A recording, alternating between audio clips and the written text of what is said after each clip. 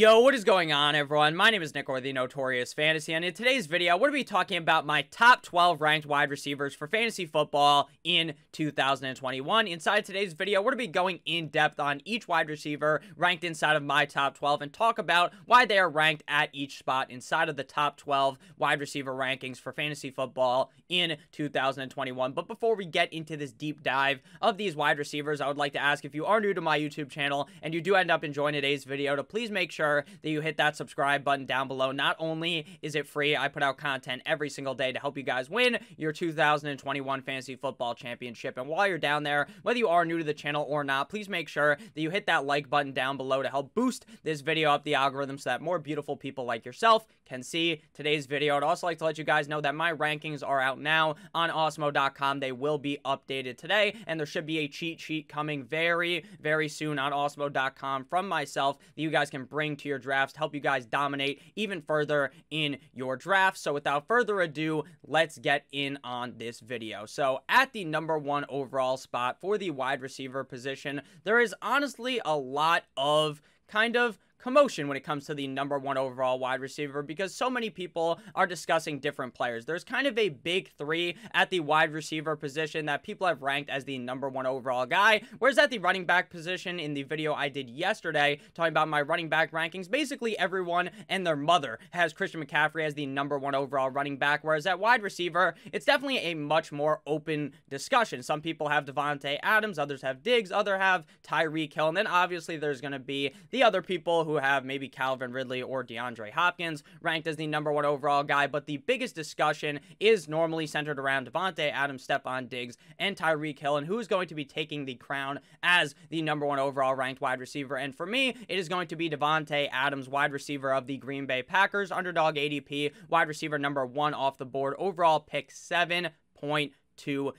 Now, obviously, before Aaron Rodgers was back in town, there was a lot of confusion when it came to ranking Devonte Adams, because you knew if Aaron Rodgers was going to be the quarterback there, then Devonte Adams could easily be the wide receiver number 1 in fantasy football. But with Jordan Love under center, maybe the offense would have been stagnant, but that is nothing to worry about, because Aaron Rodgers is back. He didn't decide to go host Jeopardy or go to the Denver Broncos or just straight up retire. He decided to come back for the metaphorical last dance in Green Bay. And in my opinion, with Aaron Rodgers there, with Devonte Adams, with the fact that they brought Aaron Jones back as well, I just feel like this offense is going to be so similar to last season. I think Aaron Rodgers has the potential to be the MVP of the league again in 2021, to where this offense is so high-powered that, to me, Devonte Adams should easily be able to finish as the number 1 overall wide receiver, just like he did last season, playing in just 14 games, finishing as the wide receiver number 1 in PPR, half PPR, as well as in standard. He averaged 25.6 PPR points per game, 21.5 half PPR points per game, and 17.4 standard points per game. Meaning, from points per game perspective, Devonte Adams was the wide receiver 1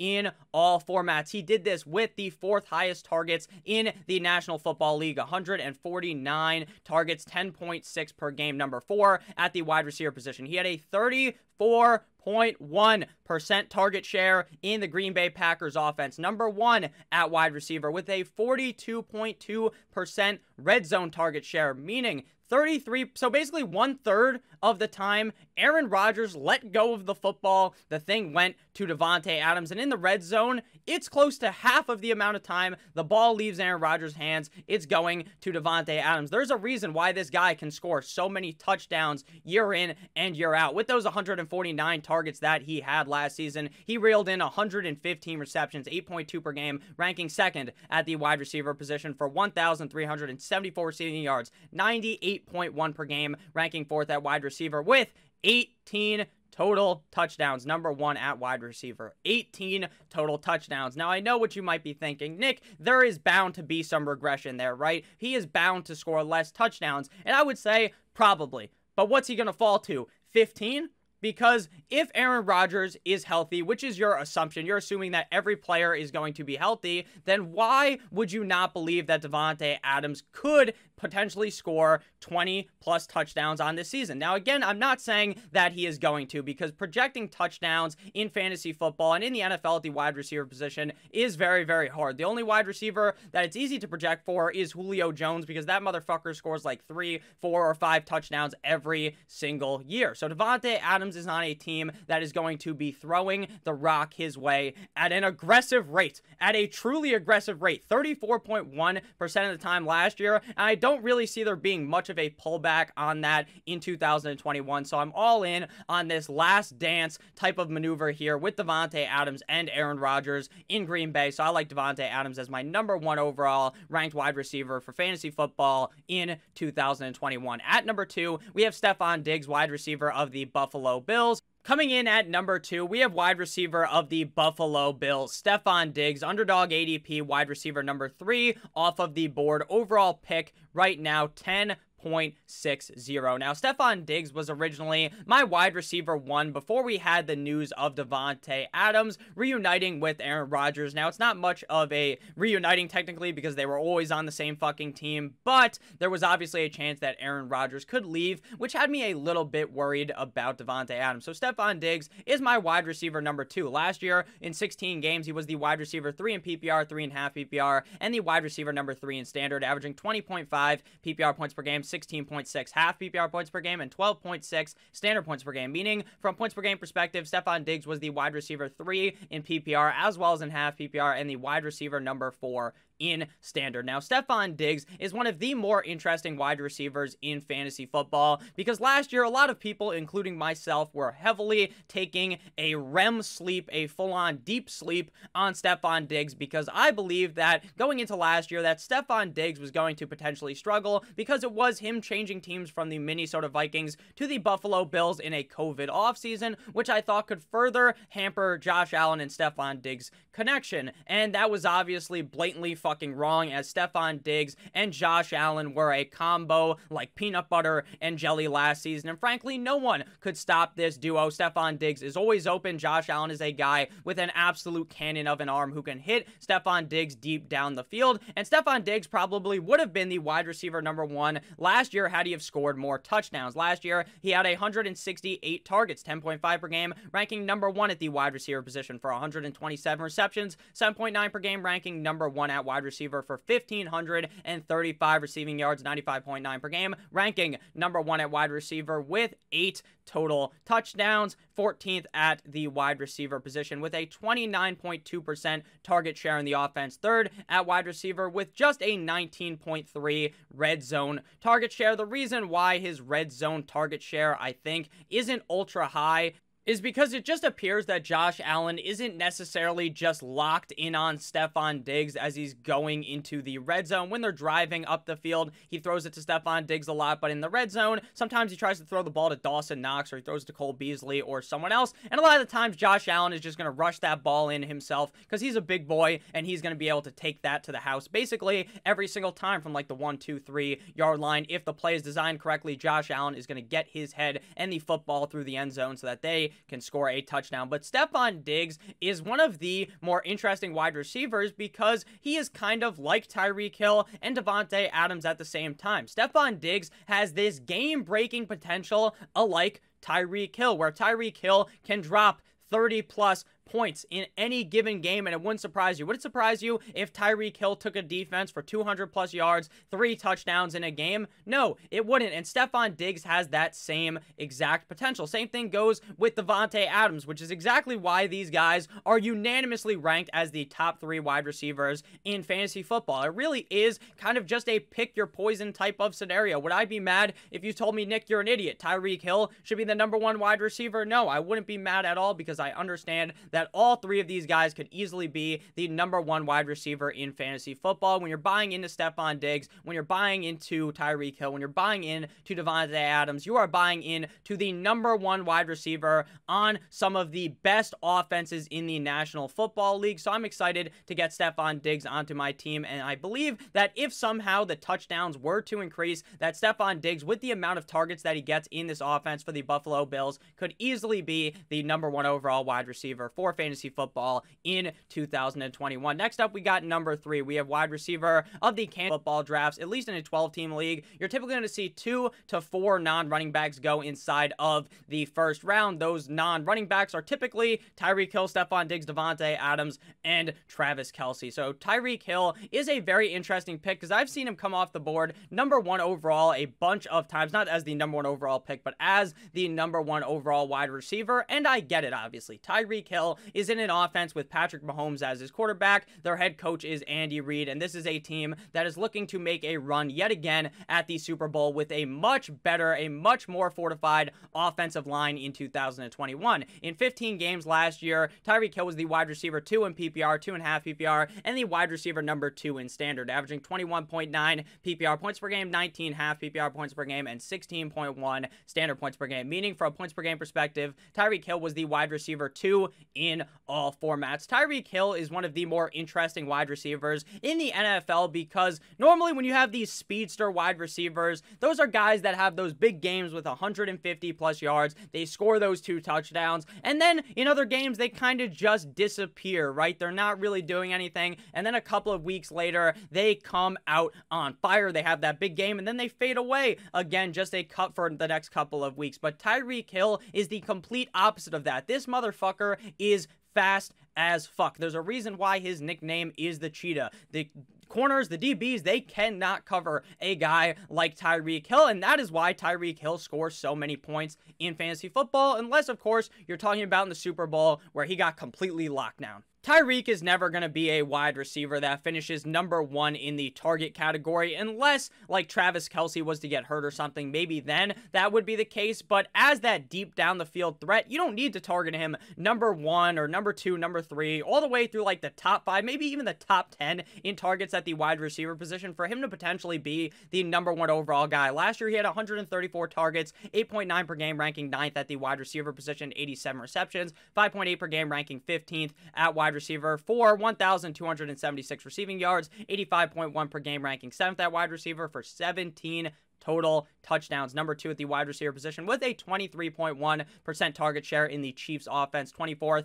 at wide receiver with a 23.4% red zone target share. Now again, it's very simple with all of these top 3 guys to understand their path to becoming the wide receiver 1. I have Devonte Adams ranked at 1, Diggs at 2, and Tyreek Hill at 3. But again, I would not be fucking surprised in the slightest if any of these guys were the number 1 overall guy. So I like Tyreek Hill a lot in 2021, and I expect 0 regression from this offense. I expect this to still be one to ask if you guys have ended up enjoying this video thus far, to please make sure that you hit that subscribe button down below. I would really appreciate that. If you are new, and whether you're new or not, please make sure to hit that like button down below as well. So Calvin Ridley is my wide receiver number 4, and why I say that it is very interesting once you get to the wide receiver number 4 spot is because the number 3 guys are very chalk regardless of the order you have, and then after that is when things start to open up, and I believe that Calvin Ridley has the best shot outside of those top 3 guys to finish as the number 1 overall wide receiver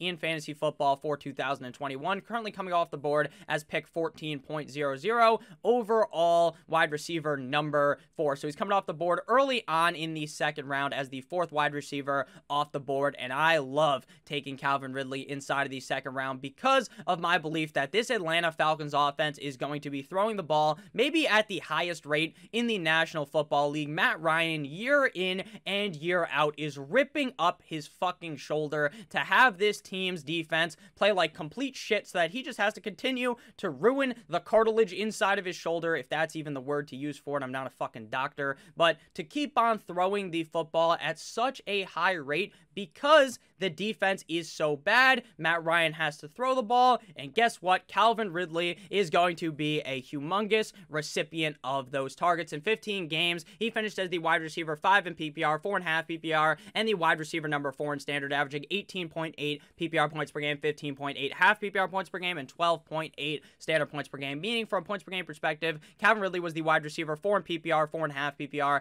and the wide receiver number 3 in standard. I've talked about Calvin Ridley on this channel ad nauseum. I talked about Calvin Ridley as one of my league-winning wide receivers in a video a couple of days ago. The reason why I believe Calvin Ridley could potentially be a league winner for you is because he's being drafted outside of the first round and could easily finish as the #1 overall wide receiver in fantasy football, like I said, because of how pass heavy this offense is. With Julio Jones, without Julio Jones, Calvin Ridley has torn it up at the NFL level. A lot of people point to the argument that, hey, Calvin Ridley is not as good without Julio Jones there. If you look at the numbers, they are basically identical with Julio and without, and Kyle Pitts should be able to somewhat fill that role of Julio Jones, but he's not going to be getting as many targets as a guy like Julio Jones would command in this offense. So Calvin Ridley is going to be feasting like Ezekiel Elliott on Thanksgiving dinner, just absolutely munching up some fucking food. He's going to be munching up the targets. 143 targets on the season, 9.5 per game ranking, 7th at wide receiver, 90 receptions, 6 per game ranking, 11th at wide receiver for 1,374 receiving yards, 91.6 per game ranking, 4th at wide receiver for 9 total touchdowns, 10th at wide receiver with a 25.1% target share in the Atlanta Falcons offense, 13th at wide receiver, 26.8% in the red zone, 25.1% target share, and more than half the games Julio Jones was playing. Julio Jones played in more than half of the games last season, and Calvin Ridley still had a 25.1% target share. Imagine how much that is going to increase with Julio Jones gone completely. Now, I understand that Calvin Ridley is not prime Julio Jones or something, but he does not have to be prime Julio Jones with the amount of targets that he is going to be receiving in this offense. In fantasy football, volume is king. The amount of volume that Calvin Ridley is going to get is going to be ridiculous. And you want to know why volume is key is a great argument in this offense is because Calvin Ridley is an elite wide receiver. So if the volume is coming his way, he's going to actually catch the ball. The quarterback, Matt Ryan, while a lot of people like to poke fun at him because he choked away the Super Bowl, yeah, I get it. It's real funny, 28-3, ha ha ha. But Matt Ryan is still a very competent NFL quarterback, so when you're getting a lot of volume from a good quarterback and you are an elite wide receiver, big things are going to happen. And in Calvin Ridley's case, we could see a potential wide receiver 1 season out of Calvin Ridley. Now to wide receiver number 5, we have Diadre Hopkins of the Arizona Cardinals. Current ADP wide receiver number 5 off the board, overall pick 15.70. Now, in a lot of drafts I have done and mock drafts on Yahoo, ESPN, NFL, I have seen DeAndre Hopkins come off the board as the wide receiver 4 a bunch of times, maybe even higher in some cases, but I think that is a little bit crazy. DeAndre Hopkins is one of those wide receivers that is just ultra safe. Now, his touchdown numbers have went drastically down from going from Houston to the Arizona Cardinals, and that is because Cliff Kingsbury's system there in Arizona is to run the ball a lot inside of the red zone, whether that was with Kenyon Drake or Chase Edmonds last season, or with Kyler Murray just calling his own number and running the ball in himself. Now, again, does that mean that DeAndre Hopkins can't be the #1 wide receiver? Probably not, right? He could still easily be able to do that, but it definitely, in my opinion, limits his upside, which is why he is outside of the top 4 in my rankings. He had 160 targets last season, ranking number 2 at wide receiver for 115 receptions, 7.2 per game, ranking 2nd at wide receiver, 1,407 receiving yards, 87.9 per game, ranking 2nd at wide receiver for 6 total touchdowns, 25th at wide receiver, finishing as the wide receiver 4 in PPR, 5.5 PPR, and the wide receiver 9 in standard, playing in all 16 games last season, averaging 18 PPR points per game, 14.4 half PPR points per game, and 10.8 standard points per game, meaning from points per game perspective, he was the wide receiver 5 in PPR, 8.5 PPR, and the wide receiver number 11 in standard. So I project that DeAndre Hopkins is probably going to have a very similar season as to what he had last year in Arizona. I think that this offense is made for DeAndre Hopkins to get funneled with those targets. But again, even with this very high target share, 29.4% target share in the offense, number 2, 26.1% red zone target share in this offense, I do believe that a lot of the time they are going to be looking to run the ball in the red zone. Kyler Murray is going to look to stuff that ball in there, maybe James Conner or maybe Chase Edmonds, and that lowers DeAndre Hopkins' value in a way. Now, again, touchdowns in fantasy football in the NFL are very hard to predict. So could it happen that DeAndre Hopkins goes from 6 touchdowns to 20? 100%, but in my opinion, I'm just not going to project that immense movement at the touchdown total to increase, but if it does, he could definitely finish as the wide receiver 1. I feel very safe drafting Diadre Hopkins inside of the second round right now in fantasy football drafts. At number 6, closing out the top 6. Again, we are doing all of the top 12, but just this slide has the top 6, or just this graphic, I should say. Justin Jefferson, wide receiver of the Minnesota Vikings, is my wide receiver number 6, underdog ADP. Wide receiver number 8 off the board, overall pick 23.20, so he's almost a third-round pick at this point. Justin Jefferson had an amazing rookie season for the Minnesota Vikings, and not many of us really saw this happening. It started off real slow for Justin Jefferson. The first 2 games, this guy was basically doing nothing, and then from week 3 on, this guy basically took the league and put them in a fucking swirly, like when you see in those movies where the bully in high school puts the kid in the toilet and flushes the toilet rapidly, like a swirly. That's what he did to defenses in the NFL. In 16 games, he finished as the wide receiver number 6 in PPR, 6.5 PPR, and the wide receiver number 6 in standard, averaging 17.1 PPR points per game, 14.4 half PPR points per game, and 11.6 standard points per game. Meaning, from points per game perspective, Jefferson was the wide receiver number 9 in PPR, 8.5 PPR, and the wide receiver number 9 in standard. Now, while a lot of people like to point the finger at the fact that Justin Jefferson may be in for some serious regression because of this offense, because of how they are very run-heavy in Minnesota with Dalvin Cook, but we saw last year Dalvin Cook have an excellent season. We saw Justin Jefferson have an excellent season, and we saw Adam Thielen score 7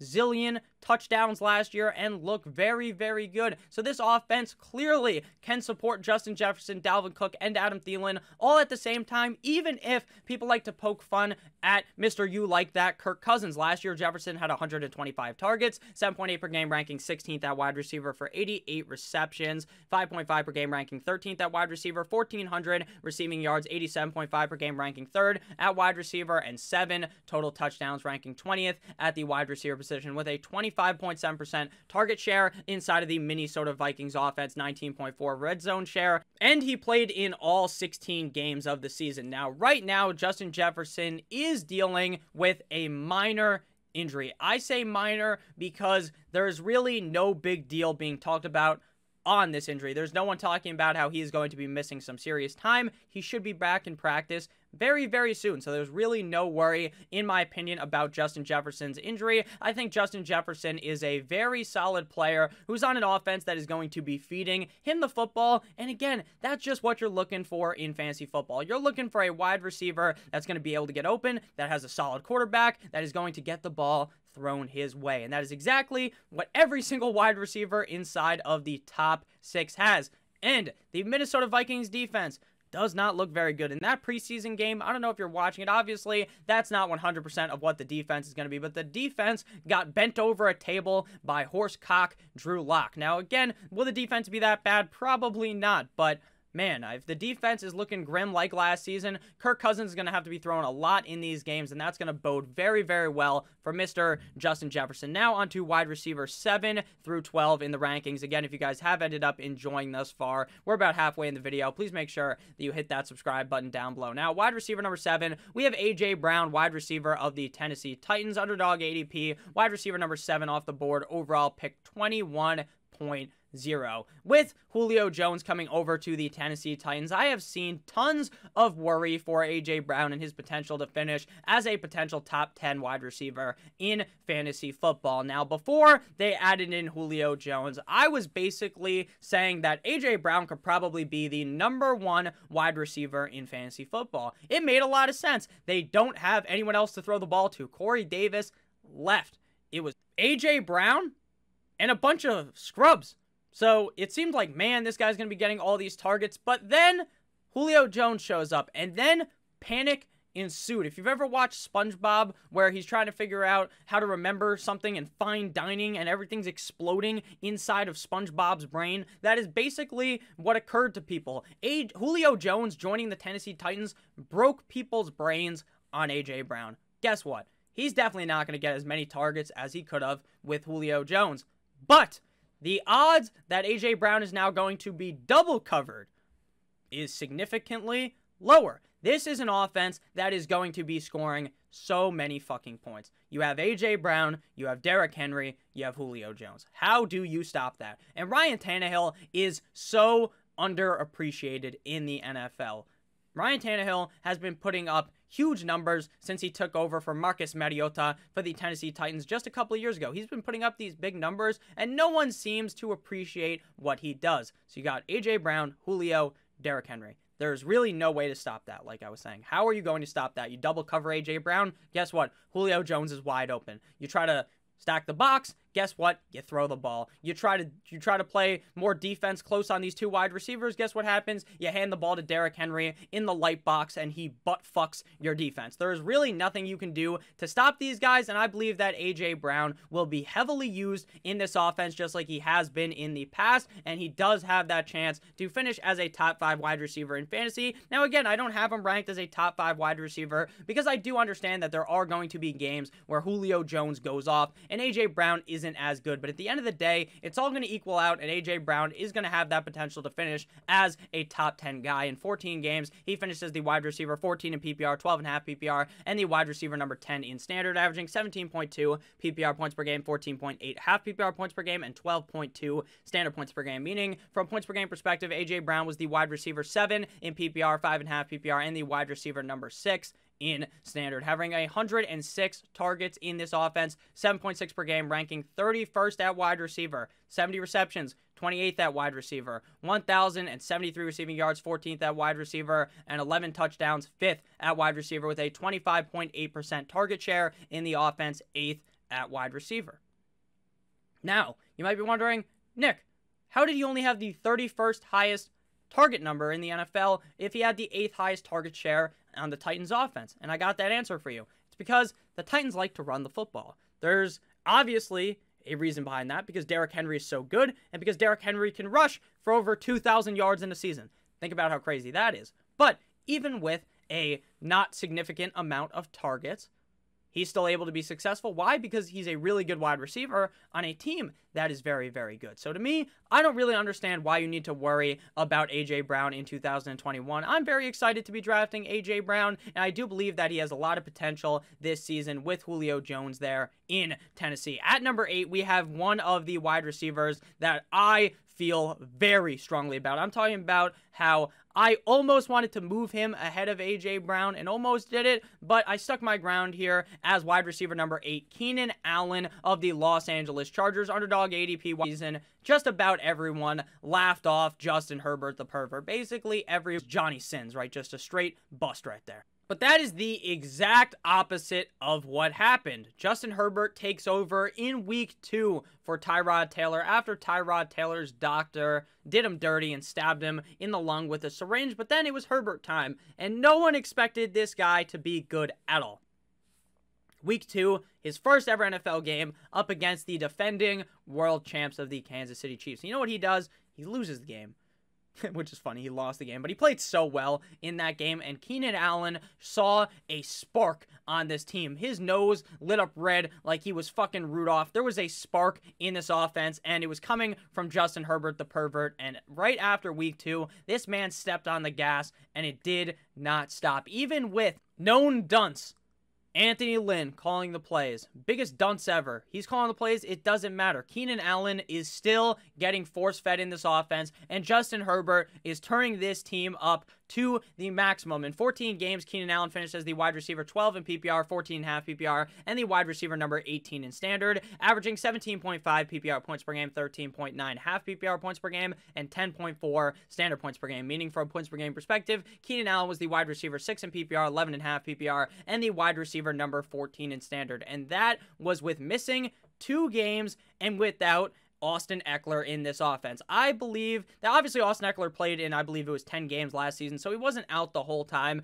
but Austin Eckler is a very focal point and very important piece in this offense. And I believe this because with Austin Eckler in the games, then you can't be 100% locked in on Allen. And Mike Williams was banged up at points in last season, which also kind of hurt Keenan Allen's value because now the defenses are very much keyed in on Keenan Allen, who had 147 targets last year, 10.5 per game, ranking number 5 at the wide receiver position, 100 receptions, 7.1 per game, ranking 5th at wide receiver, 992 receiving yards, 70.9 per game, ranking 16th 14th at wide receiver for 8 total tugs, 14th at the wide receiver position for a 26.8% target share in the offense of the LA Chargers, number 5 at the wide receiver position with a 24.6 red zone share. Keenan Allen, everyone talks about this, but I'm going to bring it up. This guy has the sweetest feet in the NFL. This dude's feet move like Will Ferrell in Blades of Glory. I'm talking about just excellent movement with the feet. Such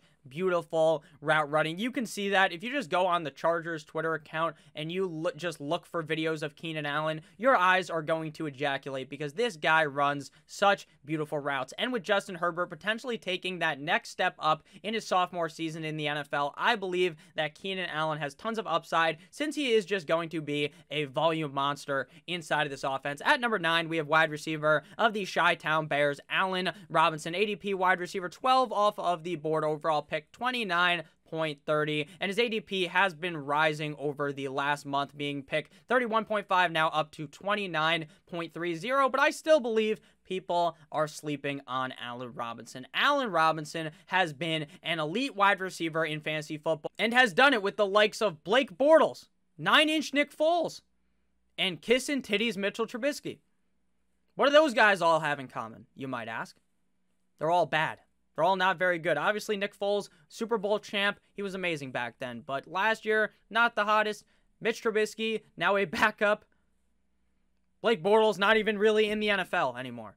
That just goes to show you the quarterback play with Allen Robinson has been shit, and even with the subpar quarterback play, Allen Robinson is still eating because Allen Robinson is a very good wide receiver, and we saw what Justin Fields looked like last weekend in preseason, or this weekend in preseason, or I guess last weekend technically is how you'd word that. I guess I'm a bit of an idiot, but yeah, last weekend in preseason up against the Dolphins, we saw how good Justin Fields looks. Now imagine how good Allen Robinson will be with a real quarterback. Now I know Andy Dalton's probably going to start the first couple of games of the season, and I completely agree with that. But even Andy Dalton is probably a step above the shit show that they had at the quarterback position last year. In 16 games last season with 9-inch Nick Foles and kissin' titties Mitchell Trubisky, he finished as the wide receiver 9 in PPR, 11.5 PPR, and the wide receiver number 12 in standard, averaging 16.4 PPR points per game, 13.2 half PPR points per game, and 10.1 standard points per game. Meaning, from points per game perspective, Allen Robinson was the wide receiver 13 in PPR, 15.5 PPR, and the wide receiver number 17 in standard. And he continues to get disrespected, and now he has an even better quarterback that is going to play this year. Justin Fields is going to play, and Allen Robinson's upside is going to skyrocket. 151 targets last year, third at wide receiver for 102 receptions, 6.4 per game, fourth at wide receiver. There are so many times last season where Allen Robinson is wide open and Mitch Trubisky or Nick Foles either don't see him or they just launch the ball over him or severely underthrow him. That will not be the case at all with Justin Fields under center. 1,250 receiving yards, 8th at the wide receiver position, 78.1 per game. 6 total touchdowns with a 25.4% target share in the offense, 21.1% in the red zone, 11th at wide receiver. So, Allen Robinson is a very big target. He's the clear number 1 wide receiver on the Bears with a quarterback that's upside is, you would think, top 12 in fantasy football, right? If you think of Justin Fields, you think maybe that when this guy is playing, now I'm not saying he's going to finish as a top 12 top 12 quarterback, because that's very hard to do if he doesn't play the whole season, right? If he gets in there and plays maybe 13, 14 games of the season, 12 games, 10 games, somewhere around that range, then it's going to be hard for him to finish as a top 10, top 12 guy. But on a points per game basis, he probably could with Allen Robinson being there. Allen Robinson is going to be that safety net for Justin Fields, because even with the shitty quarterback play, even with the ball being underthrown, overthrown, Allen Robinson is such a beast that he's able to get the ball regardless of where you throw it at him. And a smart rookie quarterback like Justin Fields will realize that he needs to target the main wide receiver there because it is a safe option. He's going to be throwing the ball to Allen Robinson a lot, so I really do like Allen Robinson in 2021. Next up, we have wide receiver of the Washington football team, underdog ADP, wide receiver number 11 off the board right now, overall pick 28.5. 1.0. Terry McLaurin last year in 15 games finished as the wide receiver 20 in PPR and half PPR, and the wide receiver number 23 in standard, averaging 14.9 PPR points per game, 12 half PPR points per game, and 9.1 standard points per game. From points per game perspective, he was the wide receiver 20 in PPR and half PPR, and the wide receiver 25 in standard. Terry McLaurin was a guy that last season I was touting as a potential top 12 wide receiver, as a breakout in the NFL last year, and that did not happen. And you want to know why that didn't happen? Because of the complete and utter dismay at the quarterback position in Washington. What the hell happened last year? Dwayne Haskins comes in as the guy. The man's going to strip clubs. He is yelling at the team, saying it's not his fault that they lost. I threw for 300 yards. When in reality, Dwayne Haskins, you fucking suck, and you don't deserve any of that praise. So then Riverboat Ron benches him. And then we see, I think maybe we saw Kyle Allen, and then we saw Alex Smith, and then everyone was basically hurt, and they weren't going to play Dwayne Haskins. So then Taylor Heineke played in the playoff game and almost beat the Bucs. So that was very confusing. There was very bad quarterback play, and Terry McLaurin still played quite well for what he was given with all of the quarterback switching. And a big key for a wide receiver and a quarterback is that chemistry that they have, so that the wide receiver knows where the quarterback's going to be looking for him, and the quarterback knows that, hey, this is where Terry McLaurin is going to run in this route. This is the move he is going to be making, and it's very hard to develop that connection if you're just spit swapping these quarterbacks in and out repeatedly. So now Terry McLaurin's going into the year with a guaranteed quarterback, at least in my opinion. Now that Riverboat Ron does bring up the fact that this is a competition, right, with Taylor Heineke and Ryan Fitzmagic, I believe it is very easily going to be Ryan Fitzpatrick. So Fitzpatrick is going to be the guy, and Fitzpatrick looked locked on to Terry McLaurin in that preseason game. He fed that man the ball, and I believe that is going to be the case all season long. Ryan Fitzpatrick has a tendency to lock into one guy. In 2019, when he was the starter the whole year for the Miami Dolphins, not technically the whole year, right, because that was the year during the Josh Rosen experiment, but when he was the starter, he was just fixated on Devontae Parker. Devontae Parker is nowhere near the wide receiver that Terry McLaurin is, and Devontae Parker had an excellent season. Terry McLaurin is the clear alpha, the clear big dog, the clear #1 target in Washington, and he is going to be fed that way by Ryan Fitzpatrick. And if the quarterback play is better from Fitzpatrick, which I assume it will be when compared to last season, then Terry McLaurin could easily finish as a top 10 wide receiver this year, which is why I have him as my wide receiver number 10. 134 targets last year, 8.9 per game, ranking number 9 at the wide receiver position for 87 receptions, 5.8 per game, ranking 15th at wide receiver for a grand total of 1,118 receiving yards, 74.5 per game, ranking 11th at wide receiver for 4 total touchdowns, 49th at wide receiver. His target quality rating last year, 5.25, 69th. Very nice at wide receiver. Well, it's very nice if you're Borat, you know, the number 69, funny. It's not good. Catchable target rate, 73.9%. 99 targets were catchable, 75th at wide receiver. That's not good, but it's going to get a lot better with having stable quarterback play. Not a lot of people even bring up the fact that it's so important to have not even a quarterback that's good, but a quarterback that you have a connection with. And Terry McLaurin is going to have that this season because they're not going to be throwing quarterbacks in left and right. I believe that Terry McLaurin is one of those kind of must-draft candidates inside of the 3rd, the 4th round where he's going. And I'm very excited to see what he brings this season in 2021. Wide receiver number 11. Again, if you guys have been enjoying thus far, please make sure that you hit that subscribe button down below. We have DK Metcalf, wide receiver of the Seattle Seahawks, underdog ADP, wide receiver number 6, overall pick 18.9. Now, I am so low on DK Metcalf compared to the consensus. The consensus will tell you that DK has top 5 potential in 2021, and I do see that argument. But the other argument that I see, that I believe, is that this is a team that is going to look to run the football, look to establish the run with Chris Carson.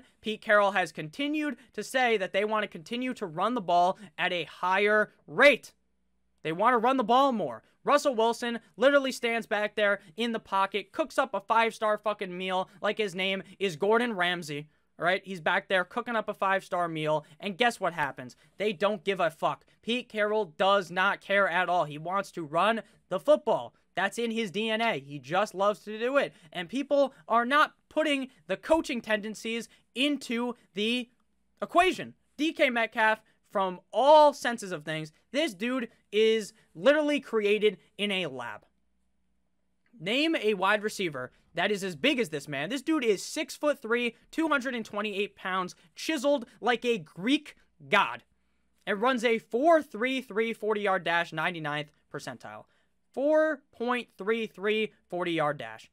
DK Metcalf, if he slapped your girlfriend's ass, you would have to thank him, because what are you going to do to DK Metcalf? That's the kind of a guy that would pick me up and fling me across the fucking room multiple times until I died. I would literally stand no chance against a guy like DK Metcalf. DK Metcalf is so fast that he chased down that interception last year in that Arizona Cardinals game. DK Metcalf is an absolute monster of a man. He is a crazily built, etched out of stone type of individual. He's a great player, but you have to keep into account the fact that they're going to try to run the ball, and the fact that in Seattle, when DK Metcalf lights it up, right, when this dude is insane, Tyler Lockett shrivels up. Can't get it up. He's playing terrible. And then guess what happens? When Lockett has those big boom games like he had up against Arizona, like he had a couple of times last season, where he's taking his cock out and slapping the defense with it like it's a fucking lightsaber or something, then guess what happens? DK Metcalf plays like shit. So when Lockett's on fire, Metcalf is bad. When Metcalf's on fire, Lockett is bad. And if that continues to be the trend, which I believe it will be, and they try to run the ball more, then DK Metcalf is going to end up being a bust drafted inside of the second round. There's no way I'm taking Metcalf inside the second round. But the reason why he's still ranked inside of my top 12 is because of the fact of how good he is.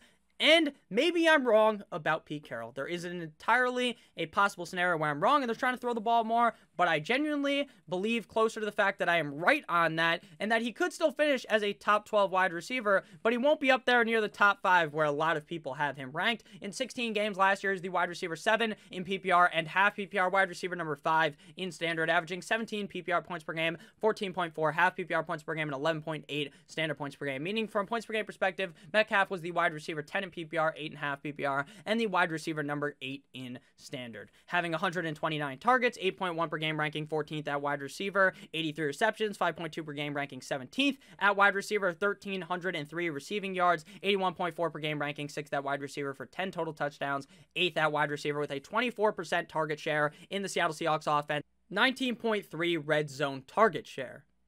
So again, you know how I talked about the consistency and the inconsistency at the wide receiver position in Seattle with Lockett and with Metcalf? What happens now if Lockett is just more involved than he was last year, and he wasn't this super in, super out, boom bust kind of player? What if he's a little bit more consistent? Then what happens to Metcalf? So there's a lot of cases here to point against Metcalf, which is why I'm not aboard the Metcalf train. Can you draft him? 100%, because there is a chance that Metcalf is just such a freak of an athlete, that he's such a good player that he's able to break through this, but I'm trying to show you both sides of the argument. I think that needs to happen when you're talking about a player that you believe could be a bust. Now, closing out the top 12, we have wide receiver of the Dallas Cowboys, CeeDee Lamb. Wide receiver number 9 off the board right now. Overall pick 25.7. Amari Cooper now taken off of the PUP list. I still think you could draft Amari Cooper over CeeDee Lamb, but I'm starting to have an epiphany. I'm starting to have that galaxy brain moment where everything hits right in my head. It's like in The Hangover when I think that's what that clip is from, where all the equations are popping up near his head. That's what my brain is doing on CeeDee Lamb. The Dallas Cowboys defense sucks ass. It is so bad. They're getting bent over a table and fucked relentlessly by any type of offense. Like, I could go out there, put the spin moves on these DBs, and score a touchdown. I can't actually do that. Obviously, these are NFL players. They would lock me inside of a box. But in reality, the defense sucks. So the offense has to throw a lot. That's why Dak Prescott could have thrown for like 9,000 yards last season had he have been healthy, because that's how much they had to throw the ball. CeeDee Lamb, in his rookie year, in a COVID offseason, with a majority of the games without Dak Prescott, was still a top 24 wide receiver in fantasy football. In 16 games, wide receiver 24 in both full and half PPR, and the wide receiver number 20 in standard, averaging 13.2 PPR points per game, 10.9 half PPR points per game, and 8.6 standard points per game. Meaning, from points per game perspective, CeeDee Lamb was the wide receiver 35 in PPR, 34 in half PPR, and the wide receiver number 32 in standard, with 109 targets, 6.8 per game, 0.1 off of being very nice for CeeDee Lamb, number 25 5 at wide receiver, 74 receptions, 4.6 per game, ranking 24th at the wide receiver position for 6 total touchdowns, 25th at wide receiver, and 935 receiving yards, 22nd at wide receiver, with just a 17.7% target share, 53rd at wide receiver, 13.4% red zone target share. Guess what? That's going to go up. Lamb's not just going to be a slot wide receiver in Dallas. He's not going to be. His target quality rating last year was 5.65, 56th at wide receiver. That's going to go up with Dak Prescott healthy. Even with Amari Cooper back off the PUP list, I have to move CeeDee Lamb ahead of Amari Cooper because I really believe that he has top 5 potential in fantasy football. I do believe it. I think that with how pass heavy this offense is, you need to be invested in it. That's why I like Amari Cooper so much. That's why I like CeeDee Lamb so much. And the talent, I honestly believe CeeDee Lamb is the more talented wide receiver than Amari Cooper. So I have him ranked as wide receiver number 12 inside of my rankings. Lower than consensus, obviously. Consensus has him as wide receiver number 9, but I got him as my wide receiver number 12. So thank you guys all so much for watching. I hope you guys did end up enjoying today's video. If you did, please make sure that you hit that subscribe button down below. Not only is it free, I put out this content every single day to help you guys win your 2021 Fantasy Football Championship. Make sure while you're down there to hit that like button as well. I love you guys so much. Thank you for all of the support recently. 15,000 subscribers very, very soon. I love you guys. Make sure that you stay safe. Happy Monday, baby. Good boy.